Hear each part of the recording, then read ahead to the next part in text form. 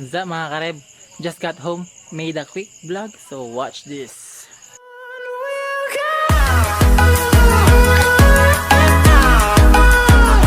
Yo! Sa mga kareb, so andito po tayo ngayon sa Bulina Falls 3 at quarantine pa rin at bawal lumabas. Pero tayo ay sobrang pasaway at nandito na tayo ngayon sa Falls 3. Preview natin ngayon. So, last year, hindi siya maayos na daan, madulas. So ngayon, ginawa na siyang hagdan. Yes, hagdan na. So wala nang kahirap-hirap bumaba dito ngayon sa ating falls.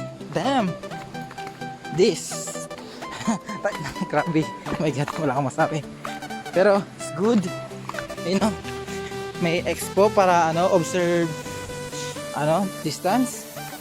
So yun po, may mga catches. So sobrang tagal hindi na siya naalagaan, pero the best talaga si Kuya Andy, yung may-ari dito, nagbabantay kasi na-maintain niya na maayos to at pinaganda niya mas lalo solid.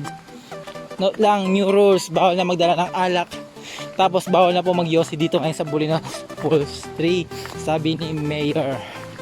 Yan ang sabi sa atin ni Kuya Andy. So ito po, 500 ang ating penalty. And so, meron tayong kayak, life vest, tapos salvavidas. So, ngayon po ating mga rates. So, moving on sa ating post. Excited na ako sa sobrang tagal kong hindi nakapunta dito. Ngayon, masisilyapan natin ang napakagandang falls ng ating hindi napuntahan na sobrang tagal dahil sa tanginang COVID na quarantine. Sorry sa aking words. So here you go guys. Falls 3 with my best friend JC Sarmiento, mukhang baliw, and view. Okay, so quick preview lang yan ng Falls 3. So meron na po tayong dyan, bamboo na pangka. Meron tayong doon, tawiran, tulay, kumbaga. At look, maraming pinagbago. Napakalinaw ng ating tubig, sobra. Guys, take note, wala itong filter. So yan po, Bulina Falls 3 at Arzel. Yeah, let's go.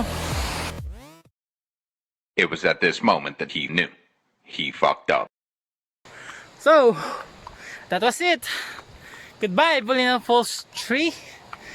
Till next time, Zel Moto Vlogs. Don't forget to subscribe, like, and share. See you to the next journey. Bye. Did I say it right? Whatever. Update lang. So meron tayong bagong rules dito. Number 1, designated registration. Ayan po, pakibasa na lang. So yan po yung rules. Starting July 15, tomorrow, mag-i-start na po ang operation nila na pagpasok at pwede na maligo dito sa Falls 3.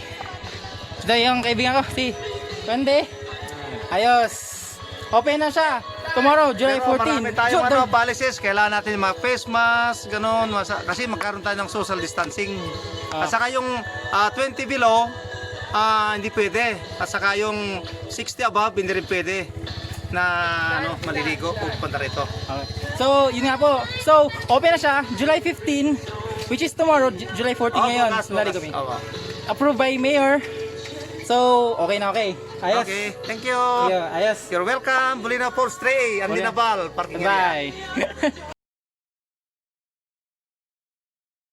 So, mga kareb, yun na po ang lahat ng aking na video ngayon. Sorry kung bitin ngayon kasi nag-enjoy ako sobra. So, yun nga.